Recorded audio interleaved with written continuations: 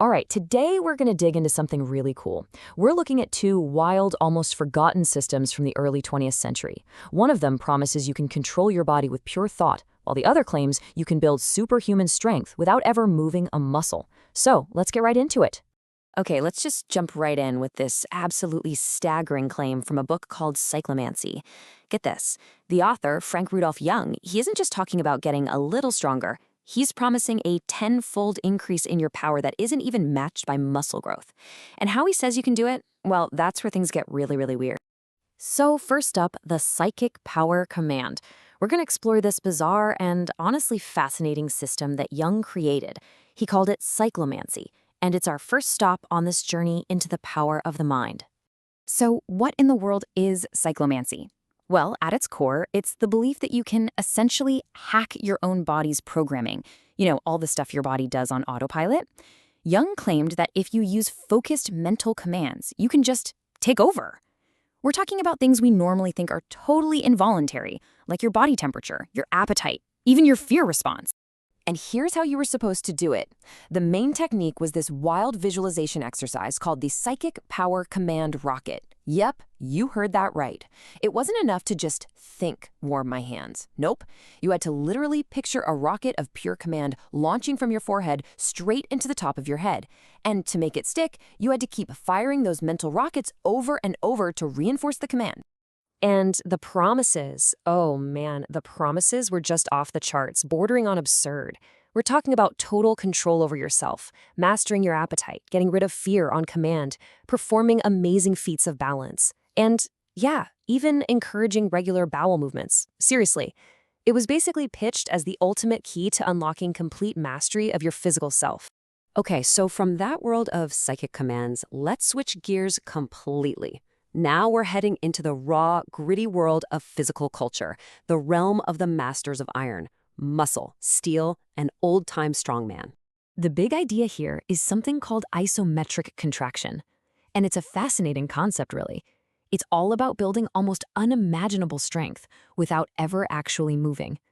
The idea is to contract your muscles with every ounce of force you have against something that won't budge, like a wall or even another part of your own body. You create this massive tension, but with zero motion. And look, this wasn't just some abstract theory. This was the real deal secret weapon for some absolute legends. You had guys like Alexander Zoss, the amazing Samson, who they say developed his incredible power while he was in prison by literally trying to bend the bars of his cell.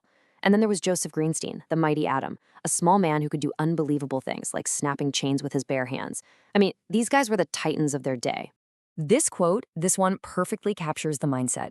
It comes from a story about a legendary wrestler named Gama, who was a huge inspiration for the mighty atom. For 2 decades, 20 years, Gama trained by trying to uproot a tree. He never did it, of course, but that wasn't the point. His message was profound. After you've spent that long conditioning your body and mind against something impossible, a human opponent feels easy. Okay, so let's take a step back. We've got two completely different paths here. On one hand, you've got the psychic, who uses only the mind. On the other, the strongman, who's all about brute physical force. They seem like total polar opposites, or are they? And that is the central question, isn't it? How could these two philosophies possibly be connected? I mean, one happens entirely inside your head, and the other involves the most intense physical strain you can imagine. What could they possibly have in common? And this is where it all clicks into place. Look at the language. Frank Young tells his followers to visualize a command so the mind can literally feel the change. Meanwhile, the isometric guys insisted that for the exercise to even work, your mind must be concentrated on the muscles.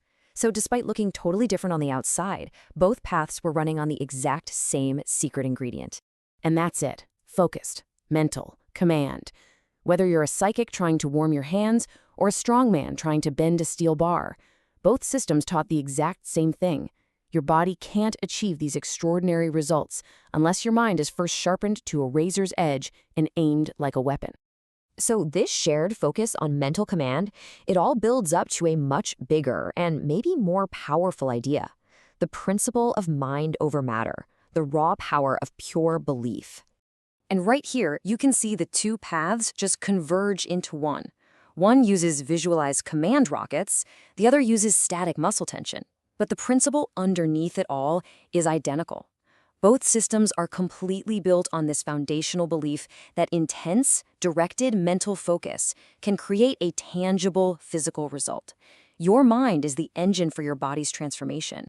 The isometrics book itself even brings up this incredible medical case from a 1957 journal.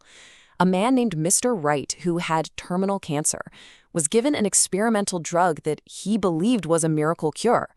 The doctors really didn't expect him to make it through the weekend. But within 72 hours, his tumors had shrunk, and he was up, walking around, feeling great, simply because he believed with absolute conviction that it would save him. And that leaves us with this final, really provocative thought. Both the psychics and the strongmen, in their own unique ways, believed that thought was the ultimate tool for reshaping physical reality. Their methods might seem strange to us now, for sure, but they all point to this timeless question: what incredible potential is still locked away inside our own minds, just waiting for the right command?